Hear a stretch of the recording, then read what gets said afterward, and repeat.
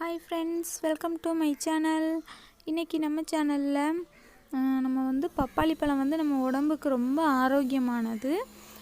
அந்த சமயத்தில் நம்ம பப்பாளி பழம் சாப்பிட்டதும் என்னென்ன உணவுகள் நம்ம சேர்த்து சாப்பிடக்கூடாது அப்படிங்கிறத பற்றி தான் பார்க்க போகிறோம். அந்த மாதிரி சாப்பிட்டா நம்மளுக்கு என்னென்ன விளைவுகள் வரும் அப்படிங்கிறதையும் பற்றி பார்க்கலாம். வாங்க ஃப்ரெண்ட்ஸ், வீடியோக்குள்ளே போகலாம். பப்பாளி பழத்தை தினசரி உணவில் சேர்த்து கொள்வதனால் செரிமான கோளாறுகள் மற்றும் மலச்சிக்கலுக்கு சிறந்த தீர்வை கொடுக்கும். ஆனால் பப்பாளி பழத்தை சாப்பிட்டவுடன் சாப்பிடக்கூடாத சில உணவுகள் உள்ளன. பப்பாளி பழம் உடல் ஆரோக்கியத்துக்கு நன்மை பயக்கும் அதேவேளை குறித்த சில உணவுகளுடன் சேர்த்து உண்ணும்போது அதிகமான பாதிப்பை நம்மளுக்கு ஏற்படுத்துது. இதை குறித்து இந்த பதிவில் நம்ம விரிவாக பார்க்கலாம்.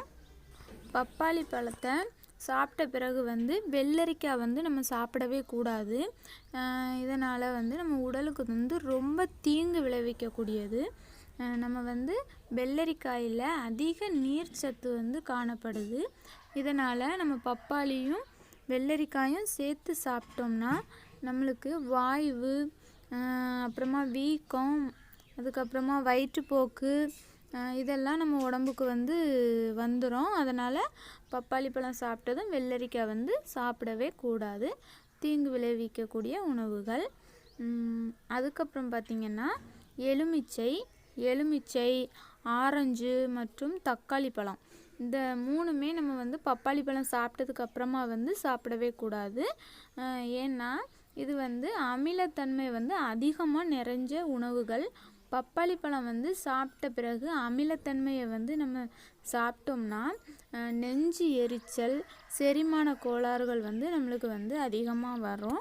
அதனால் இதையும் நீங்கள் கொஞ்சம் தவிர்த்திடுங்க.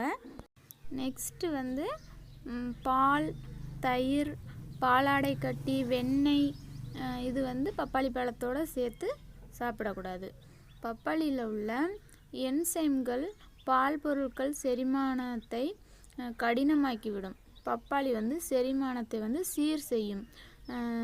அதனால் பப்பாளி பழத்தை சாப்பிட்ட பிறகு ஏதேனும் பால் பொருட்களை நீங்கள் எடுத்துக்கவே கூடாது.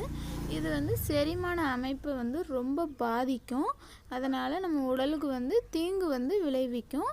அதனால் பப்பாளி பழம் சாப்பிட்டதுக்கப்புறமா பால் ஐட்டங்கள் எதையுமே நீங்கள் சேர்த்துக்கவே கூடாது.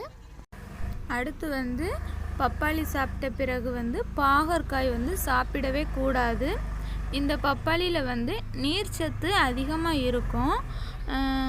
அது நீர் ஏற்றத்தை நம்ம சாப்பிட்டோன்னே நீர் ஏற்றத்தை நம்ம உடம்புல செயல்படுத்திக்கிட்டு இருக்கோம். ஆனால் பாகற்காய் உடலில் உள்ள தண்ணீரை எல்லாமே உறிஞ்சும். இது ரெண்டுமே முற்றிலும் வேறுபட்ட உணவுகள். அதனால் இந்த கலவையை நீங்கள் என்றைக்குமே சேர்த்து சாப்பிட்றாதீங்க. பப்பாளி பழம் சாப்பிட்ட கொஞ்சம் நேரத்துக்குள்ளேயும் நம்ம பாகற்காய் சாப்பிடவே கூடாது. அதுலேயும் இது குழந்தைகளை அதிகமாக பாதிக்கும். குழந்தைகளுக்கு இந்த மாதிரி கொடுத்துடவே கூடாது. கவனமாக இருங்க. ஓகே ஃப்ரெண்ட்ஸ், இந்த பதிவு உங்களுக்கு பிடிச்சிருந்துச்சுன்னா லைக் பண்ணுங்கள், ஷேர் பண்ணுங்கள், மறக்காமல் சப்ஸ்கிரைப் பண்ணுங்கள். பெல் பட்டனை கிளிக் பண்ணி ஆளுங்கிற பட்டனையும் கிளிக் பண்ணிக்கோங்க. பாய்.